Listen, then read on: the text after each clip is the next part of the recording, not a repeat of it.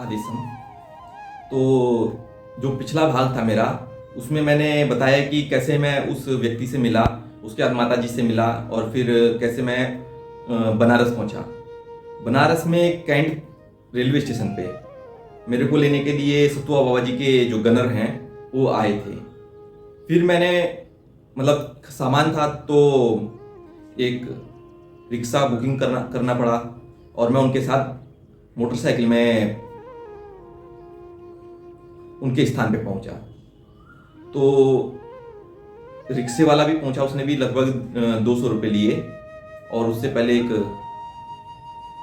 जो कूली होता है उसने भी। तो आप सोच रहे होंगे इतने सारे पैसे कहाँ से आए कि 200 रुपये इधर कूली वाले ने लिए रेलवे स्टेशन पे, और 200 रुपये उधर कूली वाले ने लिए, फिर 200 रुपये रिक्शे वाले ने लिए। तो वीरेंद्र बाबा जी ने और तिवारी बाबा जी ने भी पैसे दिए थे, और आनंद बाबा जी ने भी मेरे को अतिरिक्त पैसे दिए थे। मैंने मांगे नहीं थे, लेकिन फिर भी उन्होंने अपने तरफ से, तो इसे प्रेम कहते हैं, तो उन्होंने अपने आप दे दिए थे। तो जब मैं वहाँ पहुँचा तो उसके बाद रास्ते में जो है, क्योंकि वहाँ गली है तो गली में घुस नहीं सकते हैं रिक्शे वाले, तो वहाँ पे विद्यार्थीजन आपके विद्यालय के बाबा जी के सतुआ बाबा जी के विद्यालय के विद्यार्थीजन पहले ही पहुँच चुके थे, उनको फ़ोन कर दिया गया था। तो 5-6 विद्यार्थीजन थे, तो उनके पास सामान वगैरह दिया गया, और हम इस मोटरसाइकिल में वहाँ तक पहुँचे। उसके बाद फिर मैं नहाया धोया, स्नान वगैरह करके फिर हम भोजन किए। भोजन करने के उपरांत फिर बाबा जी बोले कि जो गनर बाबा जी थे, कहे कि अब दर्शन के लिए। तो हमने कहा ठीक है, जब आपकी इच्छा है। तो कहे कि शाम को चलते हैं 2:30-3 बजे। तो हमने कहा ठीक है। तो तब विश्राम किए, और हम 4-4:15 बजे प्रस्थान कर दिए दर्शन के लिए। तो सर्वप्रथम हम काल भैरवनाथ जी के यहाँ गए। मेरे अंदर इतनी उत्सुकता हो रही थी, मैं बता नहीं सकता हूँ। एक अजीब सा कंपन जिसको बोलते हैं, मेरे रोए खड़े हो रहे थे।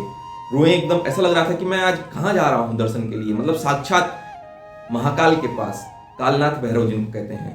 तो अब मेरी इच्छा थी, तो ऐसे ही रोंगटे खड़े हो रहे थे। किंतु जब मैं वहाँ गया और परिक्रमा कर रहा था, मतलब कि वहाँ जाते समय, तो जैसे ही मैं वहाँ पे बाबा जी ले गए मेरे को साथ में, तो उनको क्योंकि जानते हैं वहाँ पे, तो सीधा अंदर ले गए, वहाँ पे दर्शन किए। लेकिन जैसे पहले तो मेरे रोंगटे खड़े हो रहे थे, लेकिन जैसे ही मैं वहाँ पे गया तो मेरा एकदम मन शांत हो गया। ऐसे हो गया जैसे शून्य जिसको बोलते हैं। मैं समझ नहीं पा रहा था ये क्या हुआ। अभी तक तो मेरे रोंगटे खड़े हो रहे थे, अब तो और ज़्यादा हो जानी चाहिए थी, क्योंकि सामने महाकाल थे, लेकिन एकदम शांत जिसको बोलते हैं। और मैंने फिर वहाँ पे नतमस्तक हो गया। मैंने कहा वास्तव में यहाँ पे कोई शक्ति है, कोई ऐसी बेजोड़ शक्ति है जिसको मतलब कि हम केवल अनुभव कर सकते हैं, उसको व्यक्त नहीं कर सकते हैं अपने शब्दों में। मतलब वो आनंद आ रहा था जिसको हम आनंद की पराकाष्ठा कहते हैं, एकदम शांत चित्त। उसके बाद फिर मेरे मन में आया कि एक परिक्रमा कर लेते हैं, तो मैं उसी आनंद के साथ एक परिक्रमा किया, और उसके बाद फिर हम प्रस्थान कर लिए।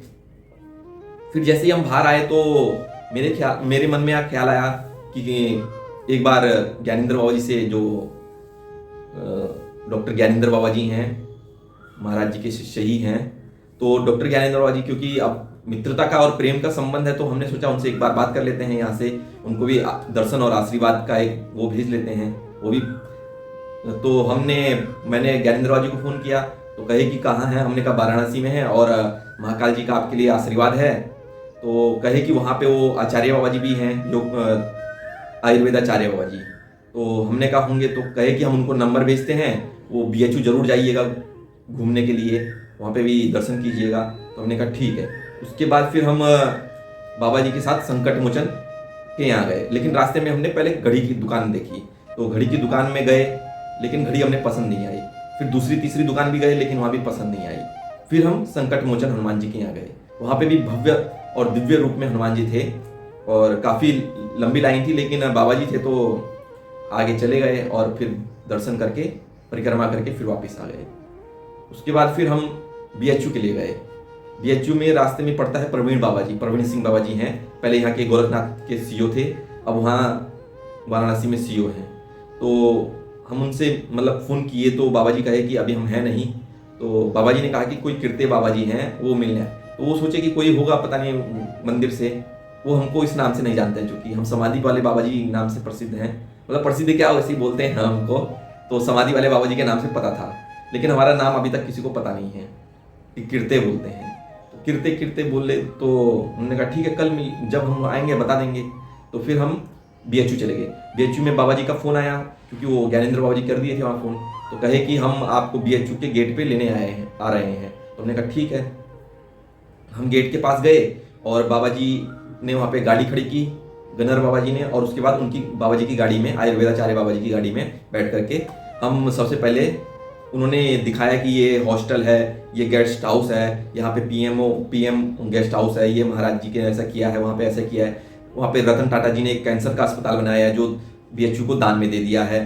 पंडित दीनदयाल उपाध्याय जी ने ऐसा किया, पंडित दीनदयाल उपाध्याय जी ने ऐसा किया। ऐसे महान विभूतियाँ, मतलब कि उनके विषय में मैंने जितनी, मतलब आज तक कभी मैंने इतना उनके विषय में सुना नहीं था जितनी बाबा जी ने उनके विषय में बताया।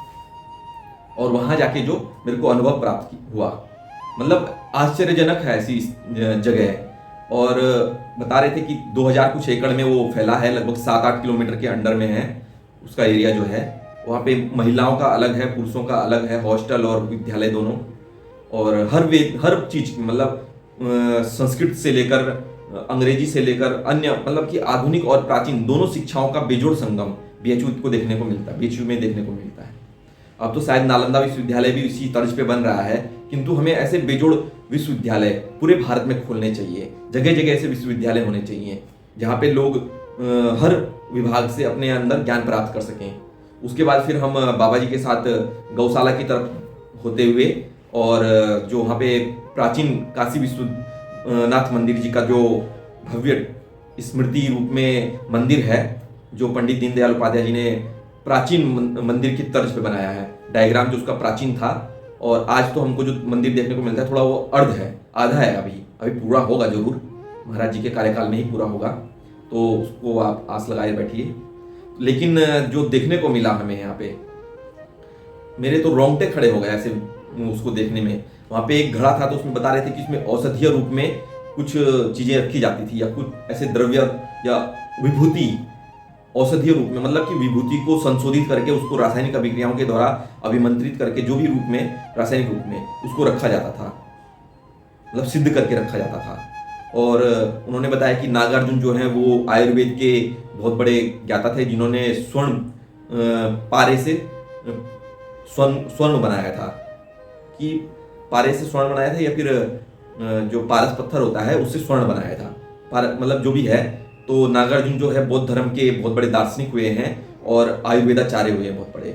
हमारे ऐसे नहीं है, हमारे क्या बोलते हैं, हमारे भारत में कणाद, सुश्रुत, वाघभट्ट, अगस्त्य,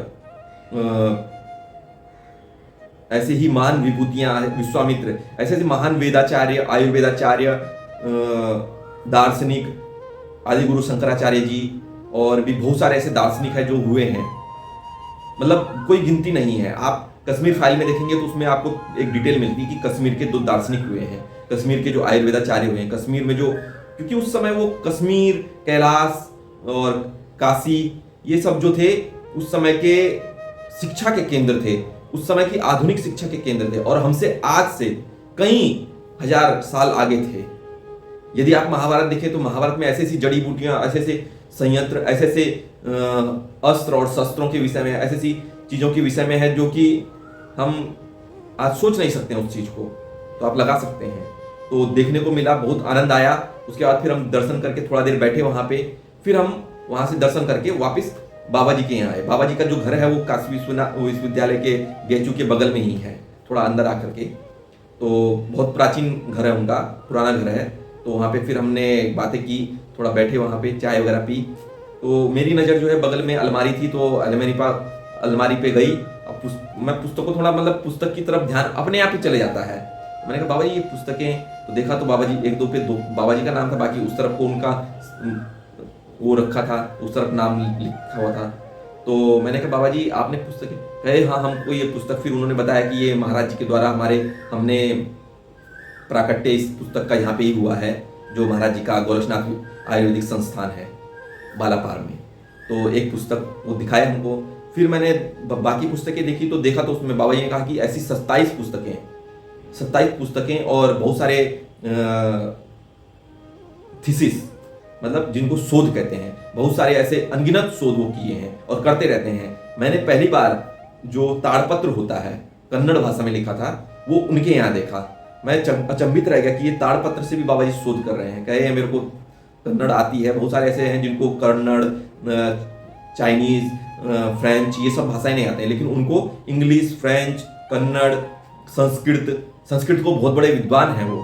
ऐसे आयुर्वेदाचार्य देखने को बहुत कम मिलते हैं। हमको लग रहा है कि अगर आज का सुश्रुत, आज का कणाद, आज के चरक यदि उनको हम कहें तो ये गलत नहीं होगा।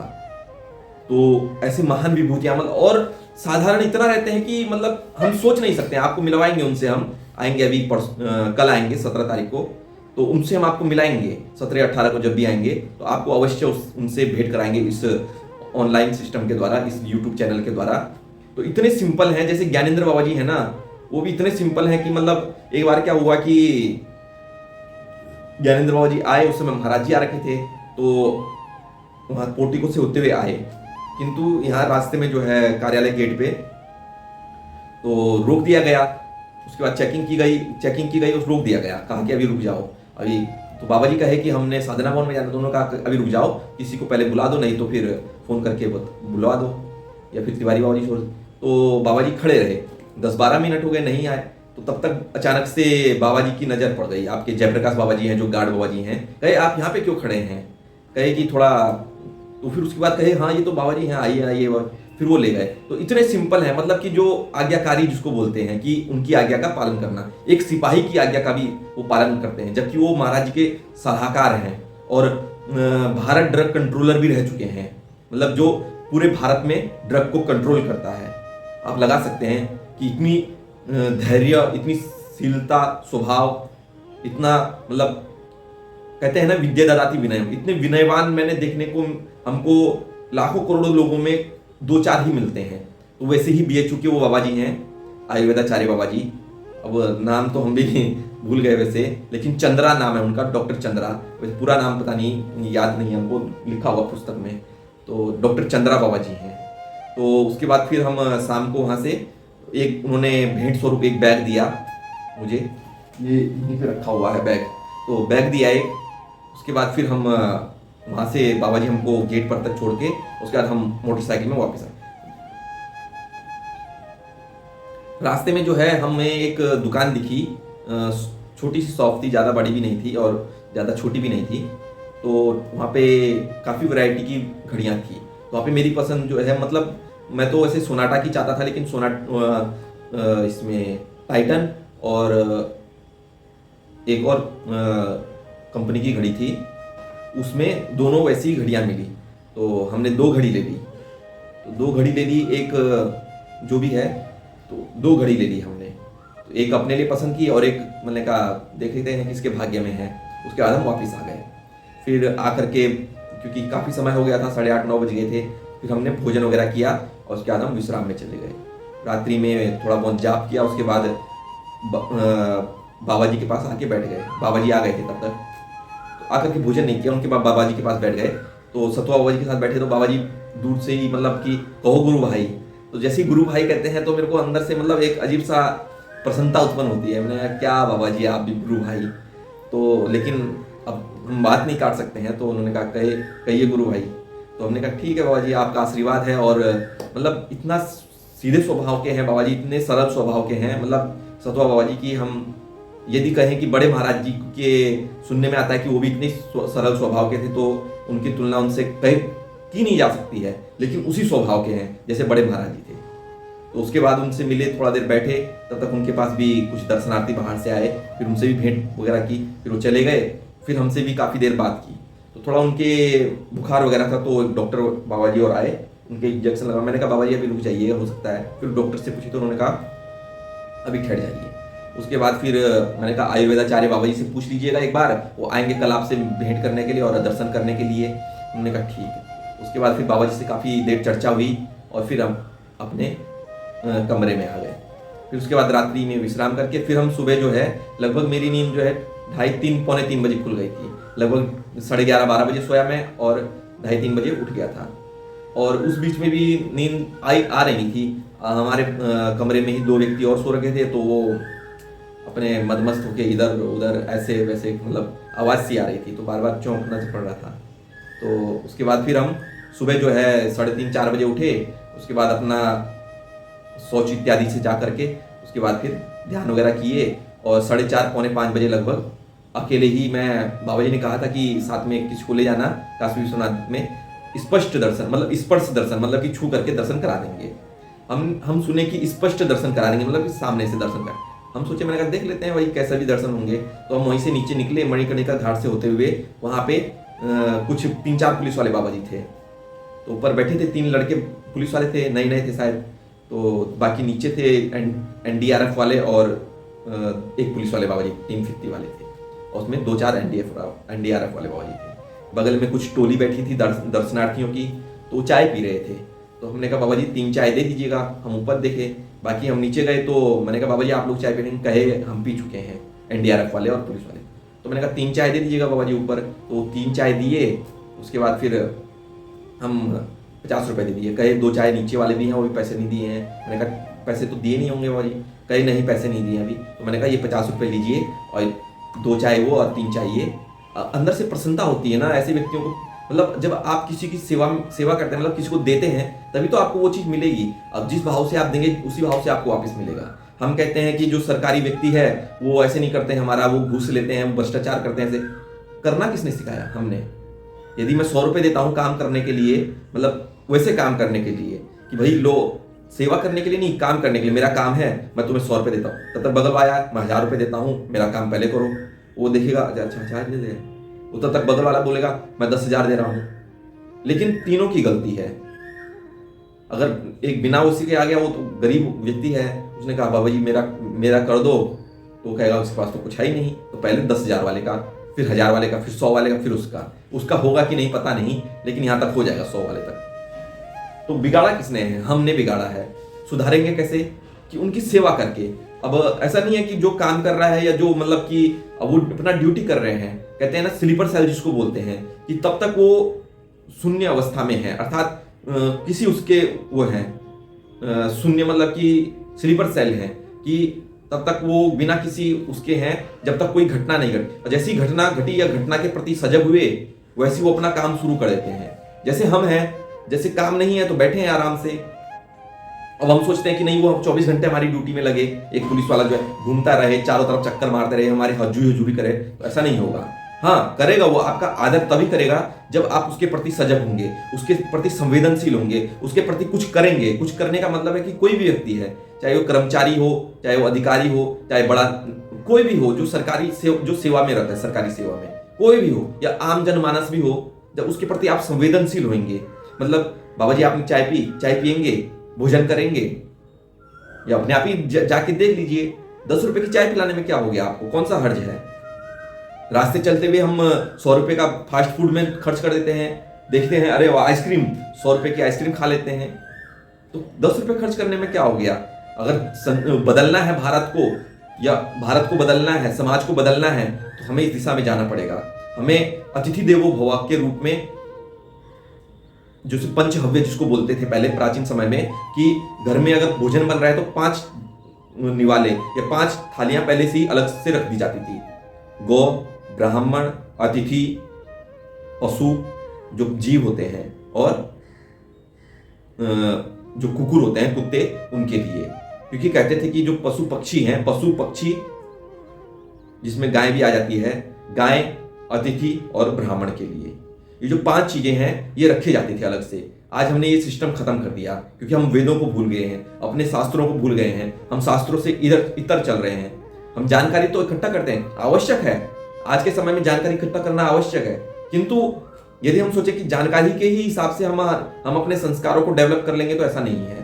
यदि मैं YouTube के माध्यम से आपको बता रहा हूं, तो मैंने शास्त्रों का अध्ययन थोड़ा बहुत किया है, इतना भी नहीं कि मैं बहुत बड़ा ज्ञानी हूं, मैं एक साधारण सा व्यक्ति हूं, ना मैं कुछ ज्यादा जानता हूं, बस सुना जो है मैंने, जो बड़े बुजुर्गों से सुना है वही मैं आपको बता रहा हूं, और जो मैंने किया है। तो मैंने चाय पिला करके उनको, आप भी इस दिशा में जाइए, अपने शास्त्रों को पढ़िए, एकमात्र गीता बहुत है, आप गीता को पढ़िए, और इस लोगों के प्रति संवेदनशील होइए। यदि कोई अध्यापक है आपका, आप स्टूडेंट हैं तो उनके प्रति भी आप संवेदनशील होइए, कुछ उनके लिए ले जाइए। वो बोलेंगे नहीं नहीं हमको नहीं चाहिए, लेकिन प्रेम वश कुछ ना, मतलब कि कोई खाने पीने की चीज, कोई ऐसे बाबा जी आपके लिए भेंट है। अब टीचर डे तो आप खूब बनाते हैं, केवल एक दिन साल भर में। मदर डे, फादर डे पता नहीं बनाते हैं कि नहीं बनाते हैं, क्रिसमस डे बनाते हैं, बनाते ही होंगे, दीपावली बनाते हैं, सब कुछ बना। लेकिन हम त्योहार को रोज कैसे बना सकते हैं? रोज अपने आप को आनंदित और प्रसन्नचित कैसे रख सकते हैं? सेवा करके। सेवा का मतलब ये नहीं है कि आप लगे रहिए, बस सफाई करनी है तो सफाई करनी है, काम करना है तो काम नहीं। सेवा का अर्थ है कि अपने आप को संवेदनशील बना दो। संवेदनशील मतलब कि सामने कोई झाड़ू मार रहा है, एक बिस्कुट का पैकेट ले लीजिए 10 रुपए का, 5 रुपए का, कि आपके लिए, आप इतना सफाई करते हैं, उसको बस इतना सा ही चाहिए। उसके बाद आपके प्रति वो इतना आदर प्रकट करेगा। आपने मुन्ना भाई एमबीबीएस देखी है? वो एक झाड़ू पोछा लगाने वाले को जाता है, उसके गले लगा देता है। पहले उसको बोलता है हट बुड्ढे, जब वो उस समय दूसरे भाव में था।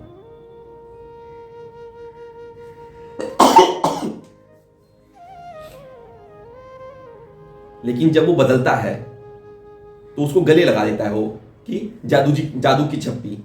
वो इतने में प्रसन्न हो जाता है। और जब अगली बार वो पोछा मारते हुए आता है वो, और उसके ऊपर से मुन्ना भाई जो है चले जाता है, पहले जाता है तो उसको डांटता है, लेकिन दूसरी बार जब जाता है, जब गले लगा देता है, उसके बाद संवेदनशील हो जाता है व्यक्ति। उसके बाद जब जाता है तो उसके प्रति इतना नहीं नहीं तुम जाओ कि मैं लगा दूं बाबू, नहीं मैं तुम जाओ कि दादा, जो भी बोलते होंगे अंकल या जो भी हैं, तो कितना प्रेम से क्या हो जाता, क्या नहीं होता है। तो आप लगा सकते हैं। तो हमें भी ऐसे ही होना पड़ेगा। फिल्मों से हमें सीखना पड़ेगा कि हम दूसरों के प्रति कैसे संवेदनशील रहें। मुन्ना भाई से सीखना पड़ेगा, लगे रहो मुन्ना भाई से सीखना। मतलब ये चीजें हमें फिल्में हमें आज के दृश्य में ढालती हैं कि कैसे हमें संवेदनशील बनना है लोगों के प्रति। अगर इनके इतने सारे फॉलोवर हैं तो क्यों हैं? यही कारण है कि ये संवेदनशील हैं। इनके पास कोई जाता है तो ये एकदम से फोटो खिंचवा देते हैं उसके साथ, चाहे वो अमीर हो गरीब हो। अक्षय कुमार जी से हमको बहुत कुछ सीखना चाहिए, और हमें भी लोगों के प्रति संवेदनशील रह के उनके लिए भी कुछ करना चाहिए। मैं कहता हूं 1 रुपए 2 रुपए की टॉफी भी आप देंगे वो उतने में ही प्रसन्न हो जाएंगे। जब आप एक हाथ बढ़ाएंगे तो सामने से अपने आप हाथ बढ़ाएगा संवेदनशीलता का। आप जो दोगे वही पाओगे। एक गेंद जो ऊपर उठा लोगे आप, वही तो नीचे आएगी। दीवार पे मारोगे तो वापस तो आएगी वो। तो वैसे ही है, अच्छी चीज मारोगे तो अच्छी चीज आएगी, बुरी चीज मारोगे तो बुरी चीज ही वापस आएगी। अब आप दूसरे पे चक्कू मारोगे तो चक्कू थोड़ी, आपको ऐसा थोड़ी ना कि महात्मा गांधी जी मिल जाएंगे कि नहीं रहने दो इसको मत मारो। ऐसा नहीं होगा, आपको भी चक्कू ही मिलेगा। जो बोओगे वही काटोगे। तो इसलिए प्रेम बांटोगे, सेवा बांटोगे तो सेवा ही मिलेगी और प्रेम ही मिलेगा। आज नहीं तो कल आपको अवश्य मिलेगा, और इसका परिणाम आपको अच्छा ही मिलेगा। बुरा करोगे तो बुरा परिणाम मिलेगा। इसलिए अच्छा कीजिए, संवेदनशील होइए। तो फिर हम वहां से, मैं अंदर दर्शन के लिए गया।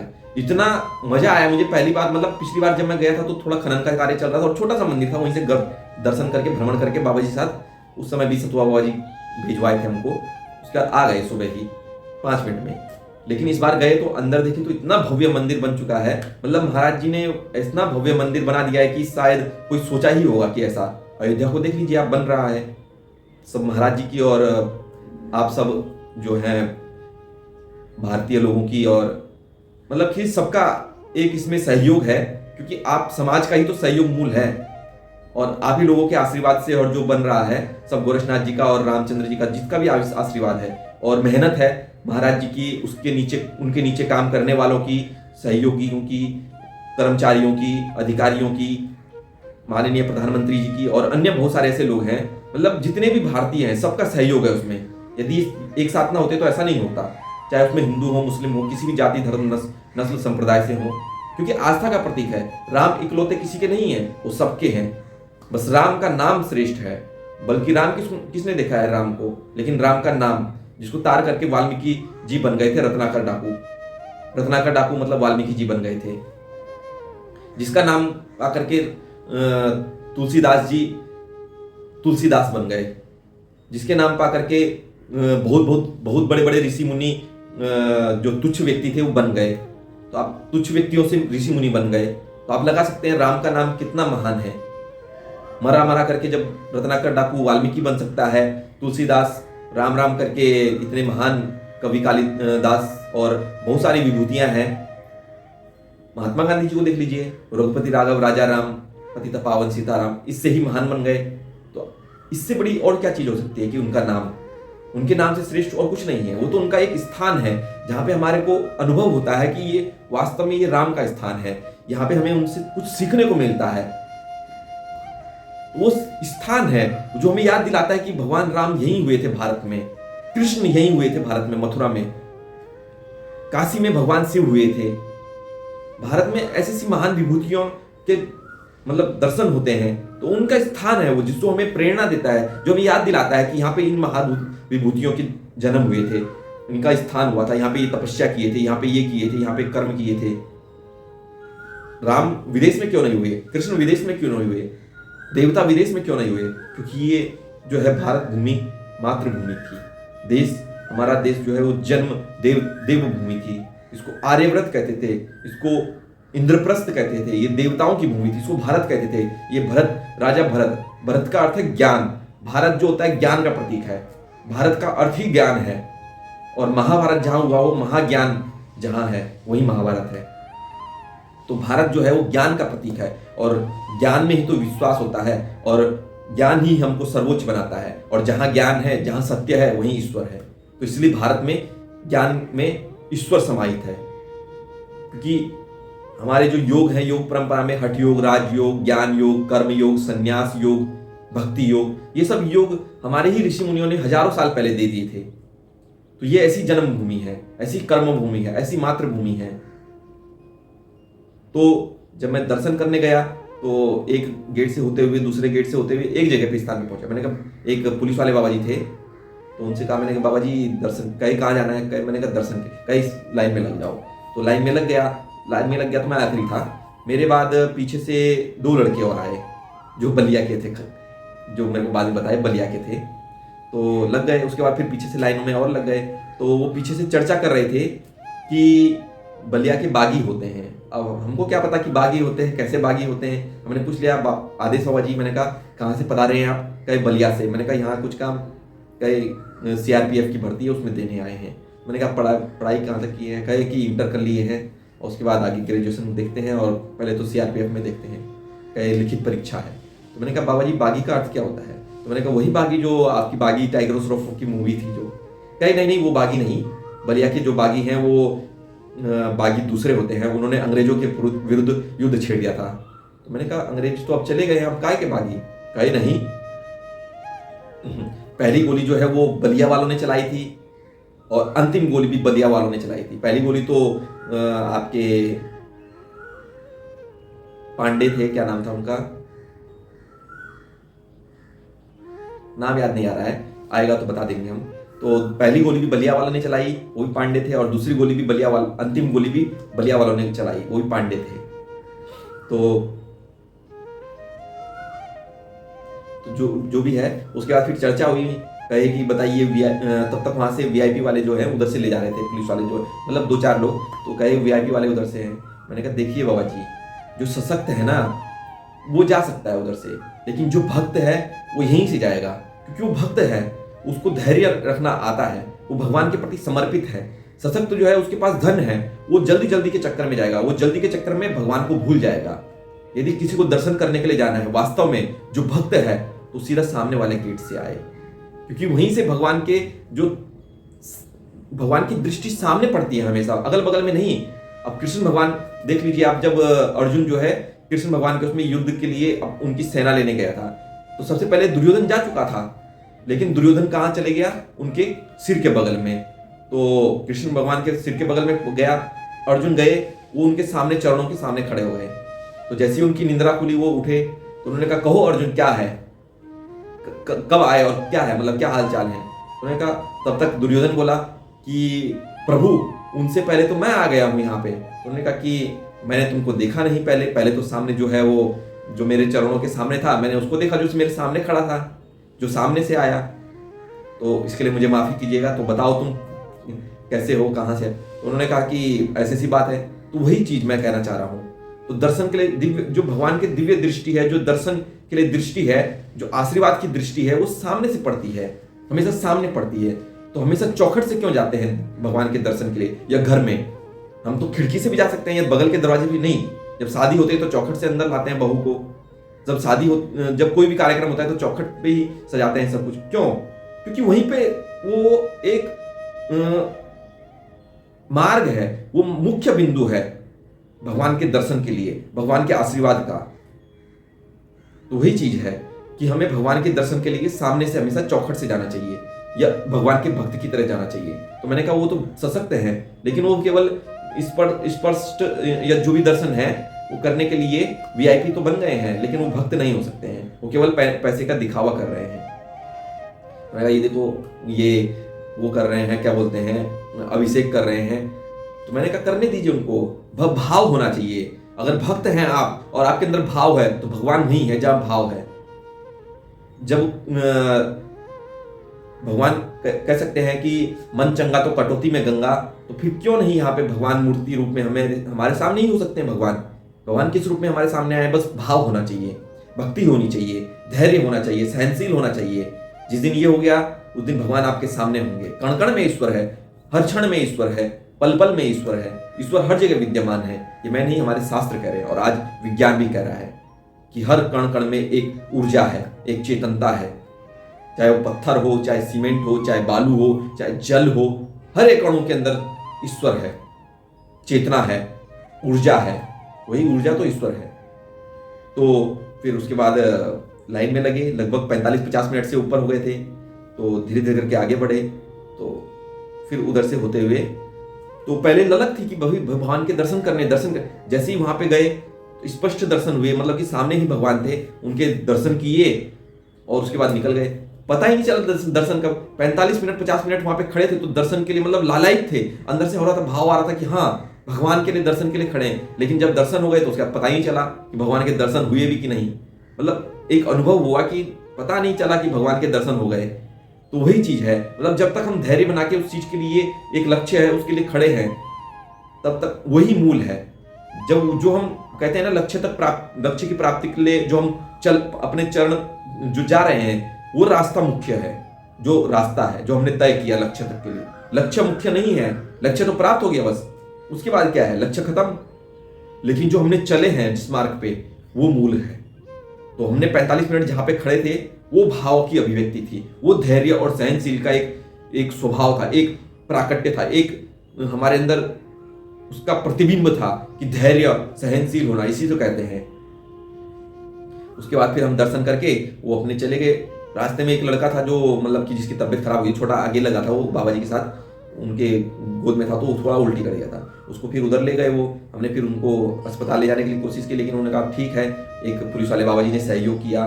फिर उसके बाद फिर वापस आ गए। फिर वो दर्शन कर वो चले गए। दर्शन करके भी हम भी चले गए, अपना दर्शन किए। फिर मैं 40-45 मिनट वहीं भ्रमण किया।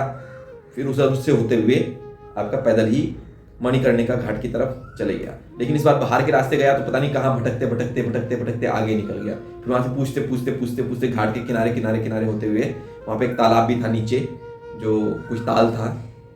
तो वहां पे पढ़ा मैंने, मणिकर्णिका घाट क्यों पढ़ा कि वहां पे बता रहे हैं कि भगवान शिव के मणि गिर गई थी, तो इसके लिए उसका नाम मणिकर्णिका घाट पड़ा। उसको बाजीराव जो थे, दक्षिण भारत के जो राजा हुए हैं बाजीराव,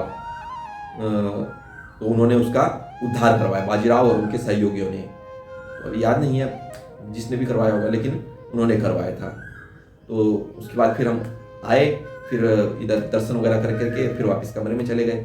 फिर हम सुबह आए बाबा जी के शरण में, बाबा जी को आदेश प्रणाम किया। उसके बाद बाबा जी कहे दर्शन करने गए थे। मैंने कहा हाँ। कहे कि स्पर्श दर्शन हुए। नहीं बाबा जी स्पर्श दर्शन, कहे छू करके। मैंने कहा स्पर्श दर्शन तो नहीं हुए, हम सोचे स्पष्ट दर्शन वो हो गए थे, वो तो साक्षात दर्शन हो गए थे। तो उन्होंने कहा कि स्पर्श दर्शन करने के लिए कहा था मैंने, तो गए नहीं की। मैंने कहा बाबा जी माफ कीजिएगा, हमने परेशान नहीं किया उनको, हम सोचे कि मैंने कहा कहे अब चले जाओ। मैंने कहा एक बार हो गया दर्शन, तो वो दर्शन तो मैं कभी भूल नहीं सकता हूँ। अब दूसरी बार गया तो उसका फिर मेरे को लाल होगा कि पहला ही दर्शन ठीक था, दूसरा स्पर्श करके सीधा डायरेक्ट हम भी सशक्त बन गए। भक्त बन के जाए तो ठीक है, सशक्त बन के जाएंगे तो बेकार है ना। तो हम भक्त बन के गए थे तो मिल गए दर्शन, स्पष्ट दर्शन हुए भगवान के। तो फिर उसके बाद हम चल दिए वहाँ से। तो फिर बाबा जी के पास काफ़ी समय बैठे रहे, फिर बाबा जी के साथ चर्चा हुई, फिर जलपान किया, फिर आकर के वही जो घड़ी की भेंट की बाबा जी को मैंने। तो घड़ी भेंट की तो बाबा जी कहे कि नहीं मेरे पास है घड़ी। मैंने कहा बाबा जी हम नहीं दे रहे हैं, ये गोरक्षनाथ जी का आशीर्वाद है। तो घड़ी भेंट की तो तब तक बाबा जी जब बाहर बैठे थे, दूसरी घड़ी तब थोड़ी देर बाद दूसरी घड़ी भी उनको मिल गई, एक सोने वाली टाइप की घड़ी। तो मैंने देखा बाबा जी घड़ी कितनी आपके लिए शुभ थी कि एक और घड़ी ला गई। तो मैंने कहा इसको पहनिएगा अवश्य, क्योंकि आपके लिए लकी है, ये आपके लिए लकी घड़ी है, आपके लिए मतलब कि शुभ घड़ी है, इसको अवश्य पहन के रखिएगा। तो उसके बाद फिर दूसरी घड़ी हम ले गए। मैंने कहा बाबा जी इसको हमको पहना दीजिए। बाबा जी ने अपनी घड़ी, हाथ की घड़ी निकाली, कहा इसको पहना दें। तो मैंने कहा नहीं बाबा जी ये आप पे ठीक, कहे नहीं पहनो। तो हमने कहा ठीक है बाबा जी जैसा आपका आदेश है। उन्होंने अपनी घड़ी निकाल करके हमको पहना दी। हमें बहुत अच्छा लगा, मतलब कि उनका आशीर्वाद स्वरूप मिल गया। फिर हमने वाली घड़ी उनको बाबा जी को अर्पित कर दी, और दूसरी घड़ी जो है क्योंकि वो थोड़ा अच्छी दिख रही थी, तो बाबा जी ने कहा, सोचा कि इसको दे देते हैं, तो हमको दे दी बाबा जी ने। फिर हम उसके बाद आए, और फिर थोड़ी देर बाबा जी का फ़ोन आया, थोड़ी आयुर्वेदाचार्य बाबा जी का, कहे कि हम पहुंच रहे हैं, कि कहाँ पे आना है। मैंने कहा मणिकर्णिका घाट के सामने भी सतु बाबा जी का आश्रम। तो लगभग 10:30 बजे पहुंच गए थे बाबा जी। फिर उन्होंने बाबा जी के दर्शन किए, थोड़ा चाय और जल वगैरह लिया, प्रसाद लिया। उसके बाद बाबा जी ने भेंट की, थोड़ा बहुत आयुर्वेद के विषय में चर्चा हुई, थोड़ा बहुत दर्शन के विषय में चर्चा हुई, और अष्टांग योग और इसके विषय में चर्चा की बाबा जी ने बाबा जी साथ। तो उसके बाद फिर फोटो वगैरह खिंचा करके उनको भेंट प्रसाद दे करके, उसके बाद फिर हम बाबा जी ने आज्ञा ली, और हमने भी आज्ञा ली, और तीनों बाबा जी हम बाबा जी के साथ बैठे रहे। गन्नर बाबा जी के साथ बैठे उनकी मोटरसाइकिल में, इधर से प्रसाद लेके, और उन बाबा जी नीचे से होते हुए सीधा हम पहुंचे BHU में। हम सबसे पहले बाबा जी की फैकल्टी में गए, वहाँ पे प्रसाद रख करके उसके बाद फिर भ्रमण पे निकल गए। वहाँ से भ्रमण करते करते हम सबसे पहले हम पहुंचे संग्रहालय में।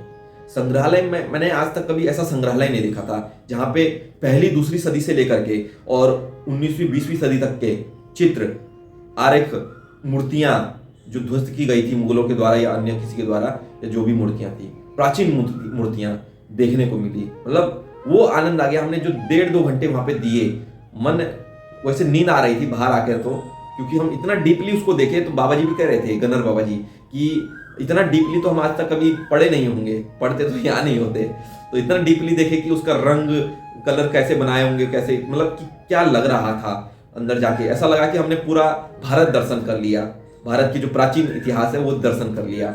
उसके बाद फिर वहाँ पे मतलब काफ़ी, फिर मदन मोहन मालवीय जी के हम, हाँ माफ़ कीजिएगा, जो गोरखपुर में वो पंडित दीनदयाल उपाध्याय जी, वो मदन मोहन मालवीय जी हैं, माफ़ कीजिएगा हमें भ्रम हो गया था।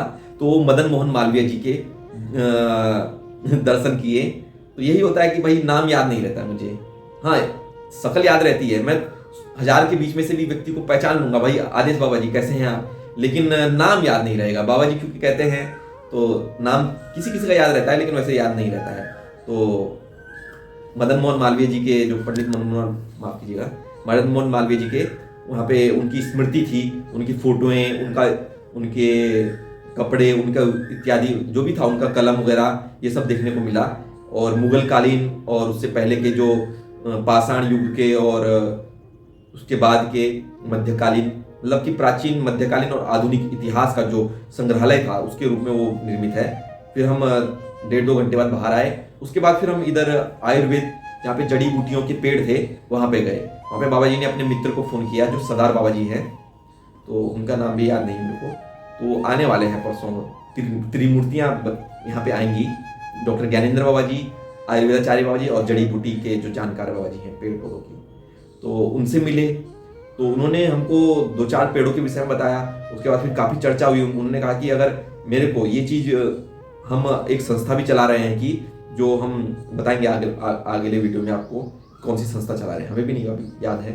तो बताए कि हम ऐसे भी घर घर में पेड़ लगवा रहे हैं, ताकि लोग सुरक्षित रहें, इस आयुर्वेद का अपने जीवन में उपयोग करें, और लोगों के जीवन में आयुर्वेद हो। यदि किसी को कहीं अचानक से कोई वो हो गया, मतलब कि कोई बीमार हो गया, अचानक से कोई बुखार हो गया, या कोई भी संवेदनशील बीमारी आ गई, तो तुरंत जाए अपने खेत में या अपने गार्डन में या अपने गमले के पास, और उस जड़ी को निकाल करके तुरंत औषधीय रूप में और पिला दे, जिससे वो शांत हो जाए, उसी समय वो बीमारी जो है थोड़ा ठीक हो जाए। तो ये हमारे पहले आयुर्वेद में था कि घर घर में एक वैद्य होता था। पहले गांव में वो घर घर में जाता था, और आसपास जड़ी बूटियां लगा देता था। यदि किसी को कोई बीमारी है, अगर वैद्य नहीं है, तो स्वयं जा करके ले लेते थे। मतलब हमारे घर में जो मसाले हैं, मिर्च, हल्दी, नमक, सौंफ, इलायची, अदरक, काली मिर्च, लौंग, तुलसी, ये सब क्या है? आयुर्वेदिक जड़ी बूटियां हैं जो हमारे जीवन में उपयोग होती हैं। तो यही जड़ी बूटियां, आज हम इनको जड़ी बूटियों के रूप में ना देखकर मसाले के रूप में देखते हैं, लेकिन यही जड़ी बूटी के रूप में है। यदि हम इनको नहीं खाएंगे तो हमारे अंदर पर्याप्त मात्रा में हमको जो मिलना चाहिए, जो मिनरल्स मिलने चाहिए, नहीं मिलेंगे। जो मिलने अंदर से जो हम द्रव्य मिलता है, हमको रासायनिक चीजें मिलती हैं, नहीं मिलेंगी। जैसे आयरन, कोबाल्ट, मतलब जो भी चीजें हैं, हमको वो चीज नहीं मिल पाएगी यदि हम इन चीजों को छोड़ देंगे, और हम बीमार पड़ जाएंगे या हमारे अंदर कोई ना कोई कमी आ जाएगी। तो वही चीजें हैं। तो वही चीज बाबा जी ने हमको बताई। तो काफी देर उनसे चर्चा हुई। उसके बाद फिर मेरे को लगा कि हाँ, यहाँ पे ऐसे ऐसे विद्वान बड़े पड़े हैं जो पहले जिनको सुश्रुत और चरक और कणाद आदि इत्यादि नाम से जाना जाता था, आज भी वही चीजें हैं। बस हम उनको जानने की चेष्टा नहीं करते हैं, उनके शरण में नहीं जाते हैं। उनको हमारी शरण में आना पड़ता है कि भाई ये है, ये है। लेकिन जिस दिन हम लोग उस चीज से ग्रसित हो जाएंगे, जिस दिन हम ग्रसित हो जाएंगे, उस दिन पता चलेगा कि हमको जाना पड़ेगा उनके पास। और ढूंढने से पता चला तब मिले कि नहीं मिले, मिले भी तो कैसे मिले। इसलिए हमें अभी से जागरूक होना पड़ेगा, अभी से उनकी शरण में जाना पड़ेगा। यदि कोई बड़े बुजुर्ग हैं तो उनकी शरण में जाना पड़ेगा, हमें सीखना पड़ेगा, हमें अनुभव करना पड़ेगा, उनके अनुभव को समझना पड़ेगा, उनकी कई बातों पे चलना पड़ेगा। तो उसके बाद फिर हम वहाँ से हो करके इधर जहाँ पे जड़ी बूटियों का कार्य चलता है, उनके द्वारा वहाँ पे दवाइयाँ तैयार की जाती हैं, आयुर्वेदिक दवाइयाँ। वहाँ पे गए, जड़ी बूटियाँ देखी, वहाँ पे उपकरण देखे, कहाँ पे क्या होता है, गर्म होता है, हीट होता है, उनको छाना जाता है, उसको निकाला जाता है, उसको गोल गोल किया जाता है मशीन के द्वारा, उसके द्वारा उसको छनाई होती है उसकी, मतलब इतनी सारी देखे। एक जहाँ पे टेस्ट होता है, रिसर्च होती है, टेस्ट होता है आपके चूहों पे, BHU में ही, वो आयुर्वेदिक विभाग में। तो वो तब तक बंद हो चुका था, वहाँ जा चुके थे भोजन के लिए तो वहाँ नहीं जा पाए। तो हमने कहा बाबा जी इतना आपके साथ घूम लिए, इतना तो मैंने कभी एक्सपेक्ट नहीं किया था, मैं बनारस आके घूम लूंगा। फिर उसके बाद हम बाबा जी के साथ वो करके वापस आ गए। यहाँ पे रास्ते में हम चौकी से आ रहे थे, तो वहीं प्रवीण बाबा जी जो है, प्रवीण सिंह बाबा जी CO, उनके यहाँ पहुँच गए। तो बाबा जी ने कहा कि वहाँ गए अंदर, कहे बाबा जी हैं, तो पता चला CO बाबा जी थे। तो कहे कि कोई अंदर, बोले कि कीर्तेश कोई आया है, बाबा जी हैं, वो आए कीर्तेश बाबा जी। तो उन्होंने कहा कि ठीक है, मिल लेते हैं थोड़ी देर में। तो अंदर किसी के साथ व्यस्त थे। थोड़ी देर बाद जब मिलने के लिए बुलाया, तो जैसे ही बाबा जी हमको देखे, उठ गए, कहे बाबा जी आप? मैंने कहा हाँ जी बाबा जी हम ही। कहे कीर्तेश आपको ही बोलते हैं? मैंने कहा हाँ जी बाबा जी, अब क्या बोले, नाम दे दिए तो दे दिए हैं, मिल गया नाम। तो कीर्तेश बोलते हैं नाम में क्या रखा है वैसे? मैंने कहा मूल तो कर्म है, जो आप लोग सभी लोग, मतलब कि जो भी है। उसके बाद फिर काफ़ी चर्चा हुई। बाबा जी साहब कहे कि कैसे हैं, कहाँ क्या कर रहे हैं, कुछ क्या है, कैसे आए, क्या आए, हालचाल लिए, मंदिर की हालचाल लिए। तिवारी बाबा जी, वीरेंद्र बाबा जी, अजय सिंह बाबा जी, और भी बहुत सारे लोगों के नाम लिए, कैसे हैं कि। तो मैंने कहा बाबा जी कभी आइएगा। कहे आए थे एक बार तो मिले नहीं। मैंने कहा बाबा जी माफ़ कीजिएगा, मिल नहीं पाए आपसे, नहीं तो मिलते जरूर। कहे मैंने कहा अगली बार आएंगे तो 10 यहीं साधना भवन में ही रुकिएगा। कहे बिल्कुल वहीं रुकेंगे, मैंने परिवार के साथ आइएगा। कहे ठीक है। उसके बाद फिर बाबा जी हमको प्रसाद दिए, मतलब प्रसाद मतलब कि जो जल दिए और बिस्किट वगैरह जो भी रखा था, बिस्किट रखा था।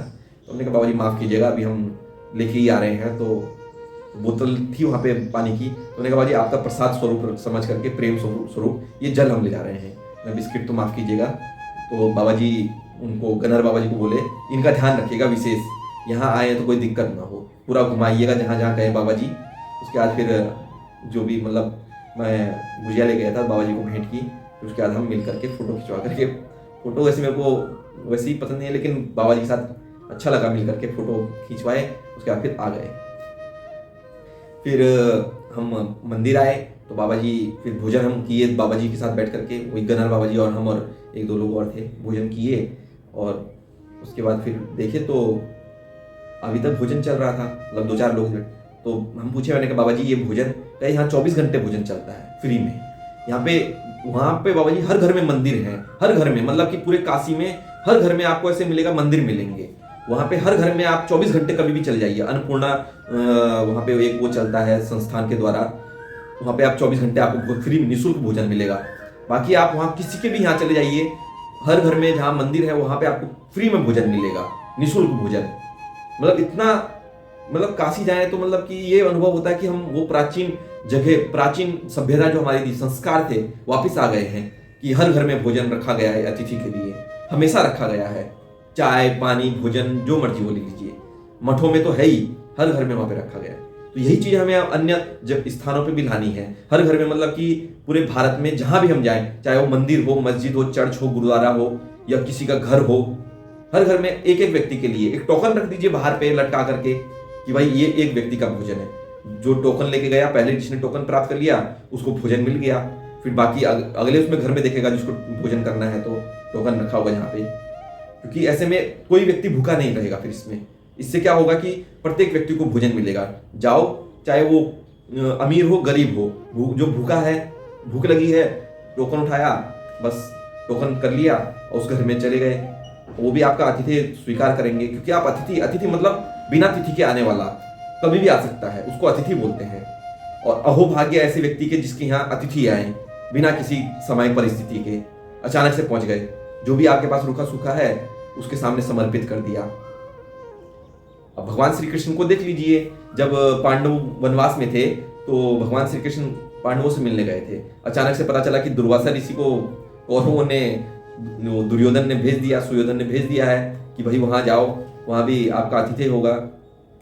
आए, वो देखा तो कहे कि हम आए हैं। उनके पांडवों ने उनकी आतिथ्य स्वीकार किया, कहे कि आप तब तक स्नान करके आइए, हम भोजन की वो करते हैं, भोजन की व्यवस्था करते हैं। देखे तो भोजन कुछ है ही नहीं, केवल पतीले धो रखे थे सब। तभी एक हांडी में जो है एक कण चावल केवल बचा हुआ था। भगवान श्री कृष्ण पहुंच रखे थे तो उन्होंने वो चावल उठाया, मतलब कह करके उनको बुलाया, कहे ये चावल ही।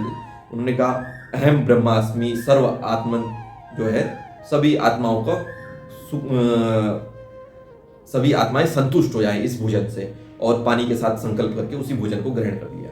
पूरे विश्व में, पूरे ब्रह्मांड में उस एक कण से सब तृप्त हो गए, सबकी भूख मिट गई। तो उसमें वो दुर्वासा ऋषि जी भी और उनके साथ वाले भी थे। तो वो आए, फिर वापिस कहे हमारी भूख तो हमारी मिट गई है, लग रहा है कि भोजन हम करके आ गए, अब हम विश्राम करेंगे। तो विश्राम की व्यवस्था पहले ही से की गई थी, उनमें कोई दिक्कत थी नहीं। फिर वो उनको आशीर्वाद देकर के चले गए। वैसे ही सुदामा जी के साथ था। सुदामा जी जब देखे तो घर में कुछ नहीं था, कुछ चावल बचा था, वो बच्चों को खिला दिए थे। केवल 2 कण चावल थे, 2 कण चावल थे। तो एक उनकी धर्मपत्नी ने खाया, एक उन्होंने ले लिया। उन्होंने पत्ते में उसको रख करके आधा चावल भगवान श्री कृष्ण के लिए और आधा चावल अपने लिए रखा। उन्होंने उसको अर्पण किया। उन्होंने वहीं पे सर्वात्मा ने संतुष्टे, तो वही चीज कह करके संकल्प के साथ भगवान कृष्ण ने उस चीज को ग्रहण किया और पूरे आत्मा संतुष्ट हो। तो ये होता है भगवान का प्रभाव, ये होता है ईश्वरीय शक्ति, ये होती है प्रेम भाव, ये होता है दूसरे के प्रति समर्पित। आपके पास कुछ भी रूखा सूखा है, 2 रोटी रूखी सूखी नमक के साथ, प्याज के साथ, उसको ही रखिए। गरीब और अमीर होने का मतलब ये नहीं है कि आप अमीर है तो 2 मर्जी हलवा खिलाइए, वहां हलवा खा के आएंगे।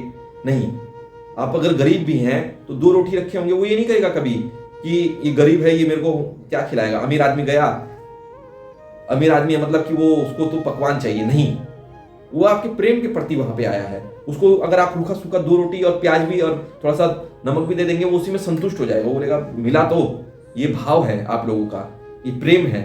तो इसके प्रति हमें संवेदनशील होना पड़ेगा। जिस दिन आप में और हम में और पूरे परिवार में और पूरे समाज में ये चीज आ गई, उस दिन कोई भूखा नहीं रहेगा और सब एक दूसरे के प्रति संवेदनशील हो जाएंगे। उस दिन भ्रष्टाचार मिट जाएगा। उस दिन लोग जो कामचोरी करते हैं, कामचोरी करना छोड़ देंगे, क्योंकि एक दूसरे के प्रति वो प्रेम भाव उत्पन्न हो जाएगा। प्रेम ही वो प्रकाश है जो पूरे विश्व को बदल सकता है। प्रेम, सहनशीलता और विनयवान व्यक्ति ही पूरे विश्व में भारत की छाप छोड़ सकता है या पूरे विश्व को बदल सकता है। मोदी जी देख लीजिए आज विदेशों में किस लिए, प्रेम के कारण। देखिए कि जहां पे आपदा आई, तुर्की में देख लीजिए, आपदा आई, तुरंत अपनी फौज भेजी, तुरंत अपने यहाँ से उपकरण भेजे, तुरंत अपने यहाँ से दवाइयां भेजी, भोजन भेजा, जो मंत्री भेजना था भेजा। इसी को तो प्रेम कहते हैं। उन्होंने बड़े स्तर पे किया, वैसे ही हम लोगों को छोटे स्तर पे करना चाहिए। उनको, उनसे सीखना चाहिए, हमें उनको अपने आचरण में लाना चाहिए। उन्होंने रामचंद्र जी से सीखा होगा, उनके ग्रंथों से सीखा होगा। वो हमारे आदर्श पुरुष हैं, राम जो है हमारे, और मोदी जी हमारे आज के आदर्श पुरुष हैं, आज के एक प्रणेता हैं, एक पथ प्रदर्शक हैं, हमारे नेता हैं हमारे। तो उनसे हमें सीखना चाहिए, महाराज जी से सीखना चाहिए। वो सबके लिए संभाव रखते हैं, जो जिस भाषा में समझेगा उस भाषा में समझने का। इसका मतलब है कि अगर आप प्रेम भाव से वो चीज समझ रहे हैं, प्रेम भाव से दे रहे हैं, तो प्रेम से वो महाराज जी आपके साथ काम करें, और नहीं तो फिर उदंडता करेंगे तो उसका फल तो उदंडता ही में देना पड़ेगा ना। अगर कोई क्रूर है तो उसके साथ क्रूरता तो बरतनी पड़ेगी। अब ऐसा तो है नहीं कि राक्षस आपके सामने आए, आप कहें हाँ हाँ ठीक है प्रभु आप ही हैं, बस वो आपको छोड़ देगा। नहीं, राक्षस से आपको लड़ना है तो राम बनना पड़ेगा। तो राम बनने के लिए आपको जो आचरण अपनाना है, जो चीज अब करनी है, उसके लिए आपके पास आदर्श पुरुष राम है, रामचरितमानस है, गीता है, उपनिषद है। इनको ग्रंथ को पढ़ के आप वो चीज हासिल कर सकते हैं जो आपके चरित्र के लिए आवश्यक है। अपने चरित्र को उज्जवल और उच्च श्रेष्ठ बना सकते हैं, अपने व्यक्तित्व को श्रेष्ठ व्यक्तित्व बना सकते हैं इन्हीं के द्वारा। बाकी तो सब जानकारी का है मात्र, कि ये यहाँ पे घटना घटी, ये घटा, ये समाज शास्त्र, ये वो चीज, ये सब जानकारी मात्र है, ये समाज की व्यवस्था के लिए है। लेकिन जो मूल है वो आपके अंदर है। आपके मन को कैसे काबू में किया जाए, मन को कैसे समर्पित किया जाए, मन को कैसे निर्मूल किया जाए, मन को कैसे स्थिर किया जाए, मन को कैसे दूसरे के प्रति संवेदनशीलता का व्यक्ति का व्यक्त करने का एक साधन बनाया जाए। तो ये सब कहाँ से सीखेंगे हम? उपनिषद से, ग्रंथों से। इसलिए शास्त्र आवश्यक है। जैसे शस्त्र आवश्यक है वैसे ही शास्त्र भी आवश्यक है। तो यही चीजें हैं। तो वहां से फिर हम प्रवीण बाबा जी से मिल करके वापस आए, भोजन इत्यादि करके फिर बाबा जी से दर्शन किए, और फिर उसके बाद फिर विश्राम के लिए चले गए। फिर मैंने कहा बाबा जी से आशीर्वाद ले लेते हैं, फिर शाम को हम कहे, मैंने बाबा जी शाम को हमको फिर जाना होगा, फिर वहीं से हम हो सकता है चले जाएं या रात्रि में आएंगे, देखेंगे जैसे समय। कहे ठीक है। तो कहे हम तो तुम्हारे कारण ही रुके थे आज, बाबा जी को कहीं जाना था। तो कहे गुरु भाई तुम्हारे कारण रुके थे आज हम। मैंने कहा बाबा जी माफ़ कीजिएगा, हमारे कारण मत रुकिएगा, आप इसके लिए क्षमा कीजिए कि आपको हमारे कारण रुकना पड़े। तो वही हम बाबा जी से कहे, मैंने कहा बाबा जी हम तो ऐसे ही हैं, बस भटकती आत्मा है, आज यहाँ वहाँ, हम तो बस सेवा कर सकते हैं, बाकी और हमारे पास कुछ देने के लिए है नहीं। सेवा दे सकते हैं, प्रेम भाव दे सकते हैं। तो उन्होंने कहा वही तो चाहिए, और क्या चाहिए हमको। तो उसके बाद आशीर्वाद लेकर के बाबा जी का, और थोड़ा बहुत जो भी काम था वो कह करके बाबा जी से निवेदन करके, उसके बाद फिर हम विश्राम करने के लिए आए। फिर 4:30 पौने 5 बजे उठ करके बाबा जी से भेंट की। उसके बाद फिर वही गन्नर बाबा जी के साथ अपना सामान लेकर के, और अरुण बाबा जी जो कि कैंट के थोड़े 3-4 किलोमीटर दूर ही रहते हैं। इस कैंट के जब आप गोरखपुर से जाएंगे तो वो आपका दाईं तरफ पड़ता है, उस तरफ, मतलब नदी मणिकर्णिका के रेलवे स्टेशन के पल्ली तरफ। मणिकर्णिका इधर हो गया, रेलवे स्टेशन क्या वो उस तरफ पड़े। तो रेलवे स्टेशन पार करके शाम को लगभग 5:30 पौने 6 बजे वहाँ पे पहुँचे। तो तब तक बाबा जी का कार्यक्रम चल रहा था, उनका विवाह था। तो हम गए वहाँ पे, तो बाबा जी प्रसन्न हो गए, उठे वहाँ पे, कहे हम आते हैं अभी पूजा करके। कहे ठीक है। मैंने कहा तो अरुण बाबा जी के फिर उसके बाद बाबा जी हमको छोड़ करके वहाँ पे जलपान किए। उसके बाद हमको जलपान करके वापस आ गए। तो उसके बाद अरुण उनके पिताजी और उनके मामा जी और भाइयों से मिले, काफ़ी प्रेम दिए। हमने कहा बाबा जी हम साधु नहीं हैं, हम आपके पुत्र जैसे हैं, हमको इतना वो मत कीजिए आप, मतलब कि बाबा जी ऐसा, बाबा जी वो, बाबा जी मतलब। हमने कहा बाबा जी आप शादी पे ध्यान दीजिए, हमारे पर ध्यान। और उन बाबा जी फ़ोन करके, फिर विजय बाबा जी थे जो यहीं पे महाराज जी की सुरक्षा में थे, और उन बाबा जी भी जो है सुरक्षा में ही थे। उनके 2 भाई जो हैं फौज में हैं, एक बहन पुलिस में है, वो भी पुलिस में है। बाकी एक भाई जो हैं बड़े वाले वो, और उनके थोड़े छोटे वाले वो आपका पशुपालन करते हैं। गाय भैंस उनके यहाँ है पर्याप्त मात्रा में, 35-40 गाय भैंस हैं। और उनके छोटे भाई जो हैं वो भी गाय भैंस पालते हैं, मतलब उनके पिताजी के छोटे भाई। और उनके लड़के भी जो है, छोटे भाई के लड़के भी फौज में हैं। मतलब देश सेवा भी कर रहे हैं, गौ सेवा भी कर रहे हैं, समाज की सेवा भी कर रहे हैं। उसको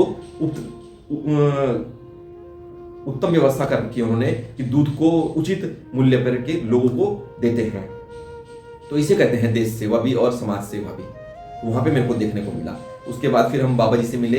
बाबा जी, उसके बाद मैंने कहा बाबा जी महाराज जी की तरफ से जो भी है भेंट आपके लिए है। फिर हमने भेंट किया उनको। उसके बाद फिर बाबा जी ने विजय बाबा जी को फ़ोन करके कहा कि अपने साथ बाबा जी को रखिएगा। ठीक। तो बाबा जी हर बार थोड़ी देर बाद पूछ लेते फ़ोन करके, बाबा जी कैसे हैं, बाबा जी का ध्यान रखना, बाबा जी क्या। बाबा जी आप फ़ोन करके कहे बाबा जी आप टेंशन मत लीजिए, आप अपनी शादी पे ध्यान दीजिए, आप हमको, इसलिए हमको आना ही नहीं चाहिए था यहाँ पे। मैंने कहा तो बाबा जी कहे नहीं ठीक है ठीक है। उसके बाद फिर हम रास्ते में उसके बाद गए गाड़ी से, अलग गाड़ी थी बाबा जी ने की थी, तो मामा जी और के साथ और विजय बाबा जी के साथ गए।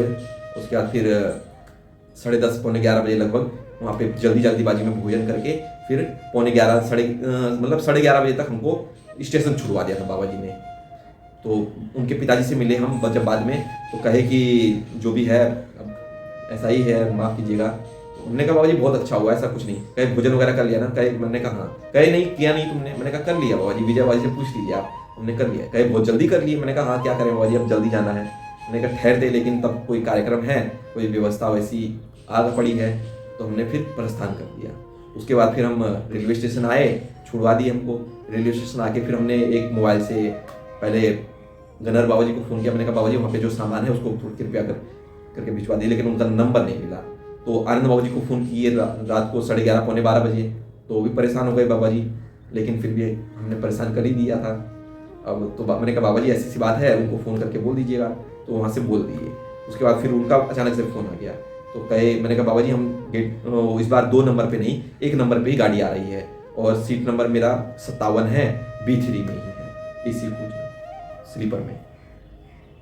बाबा जी आए, वहीं पे मिल गए। मैंने कहा बाबा जी P2 लिखा है यहाँ पे, चढ़ने की सीढ़ी के वहाँ पे मिले बाबा जी मेरे को। फिर वहाँ पे उन्होंने हमको रेल में चढ़ाया और सुबह हम गोरखपुर आ गए। लगभग पौने 6:15 बजे तक गोरखपुर आ गए। फिर हमने अपना सामान बटोरा और आ गए इधर को क्या है कि रास्ते में वहाँ जब हम कमरे पे आए तो देखा तो फ़ोन गायब था। तो पता चला कि ध्यान आया कि वहाँ पे अलार्म लग के रखा था, और मैंने जब झाड़ा कपड़ा तो वहीं गिर गया कहीं, तो मोबाइल मेरा खो गया। उसके बाद फिर मैं सौरभ बाबा जी के पास गया, उनको भेंट की उनसे। मैंने कहा बाबा जी काफ़ी दिन से, कहे वहाँ हो गया अच्छी तरह से, बाबा जी से मुलाकात हुई।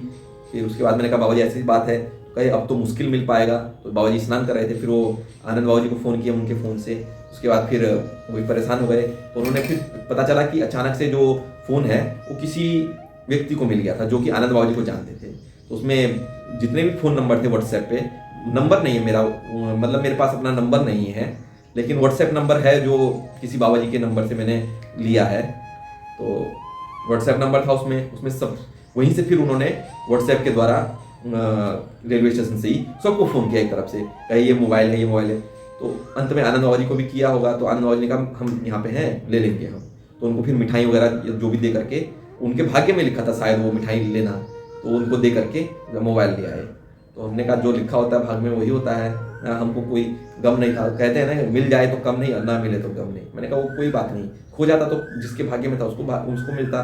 उसके बाद फिर मोबाइल मिल गया। आदि सब।